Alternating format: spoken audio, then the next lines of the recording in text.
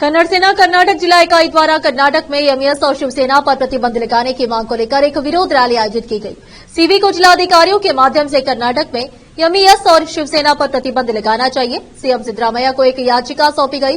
कर्नाटक बंद का आह्वान कन्नड़ सेना, कर्नाटक संगठन और कन्नड़ संघ ने किया था।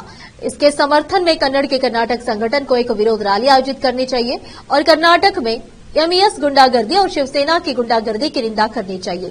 कन्नड़ सेना को कर्नाटक में एमईएस और शिवसेना संगठनों पर तुरंत प्रतिबंध लगाना चाहिए। कन्नड़ सेना ने मांग की है कि कर्नाटक में केएसआरटीसी कंडक्टर और ड्राइवर पर हमला करने वाले संगठनों को कर्नाटक में मौजूद नहीं होना चाहिए।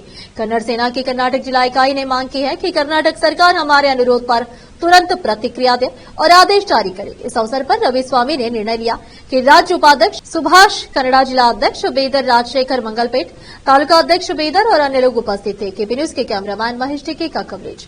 देश विदेश और स्थानीय समाचारों के लिए चैनल को लाइक, शेयर और सब्सक्राइब जरूर करें।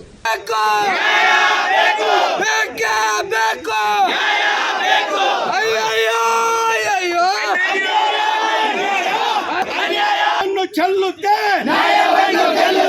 ಕನ್ನಡಿಗರ್ಯಾರು ಕುರಿಗಳಲ್ಲ, ಕನ್ನಡಿಗರ್ಯಾರು ಕುರಿಗಳಲ್ಲ, ಬೇಕೇ ಬೇಕು, ಬೇಕೇ ಬೇಕು ಕನ್ನಡ ಸೇನೆಯ ಹೋರಾಟಕ್ಕೆ, ಕನ್ನಡ ಸೇನೆಯ ಹೋರಾಟಕ್ಕೆ.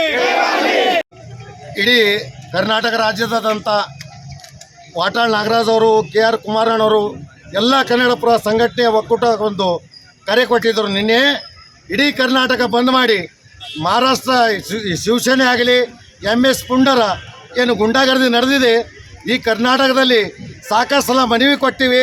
ಮಾನ್ಯ ಮುಖ್ಯಮಂತ್ರಿಗಳಿಗೆ ಸರ್ಕಾರ ಕೂಡ ಎಚ್ಚರಿಕೆ ಕೊಟ್ಟಿವಿ, ಆದರೂ ಕೂಡ ಅದು ಫಲ ಸಿಕ್ಕಿಲ್ಲ ನಮಗೆ.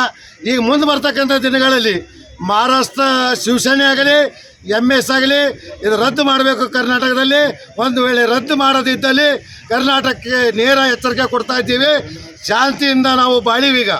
ಮುಂದೆ ಕ್ರಾಂತಿಯಿಂದ ಇಡೀ 7 ಕೋಟಿ ಕನ್ನಡಿಗರು ಮಹಾರಾಷ್ಟ್ರ ಮನೆ ಮನೆಗೆ ಹುಕ್ಕಿ MS ಪುಂಡರಿಗಾಗಲಿ ಶಿವಸೇನೆಯವರಿಗಾಗಲಿ ನಾವು ಏನು ಶಿಕ್ಷೆ ಕೊಡಬೇಕು ಅದನ್ನು ಕೊಡ್ತೀವಿ. ಅದಕ್ಕಾಗಿ ಎಚ್ಚೆತ್ತುಕೊಂಡು ಸರ್ಕಾರ ಬೇಗನೆ MS ಪುಂಡ್ರ ಹಾಗೂ ಶಿವಸೇನೆಯನ್ನು ರದ್ದು ಮಾಡಬೇಕಂತ ನಾವು ಕನ್ನಡ ಸೇನೆ ವತಿಯಿಂದ ಖಡಕ್ ಎಚ್ಚರಿಕೆಯನ್ನು ಕೊಡ್ತಾ ಇದ್ದೀವಿ. ಸುಭಾಷ್ ಕನ್ನಡಿ ಜಿಲ್ಲಾಧ್ಯಕ್ಷರು.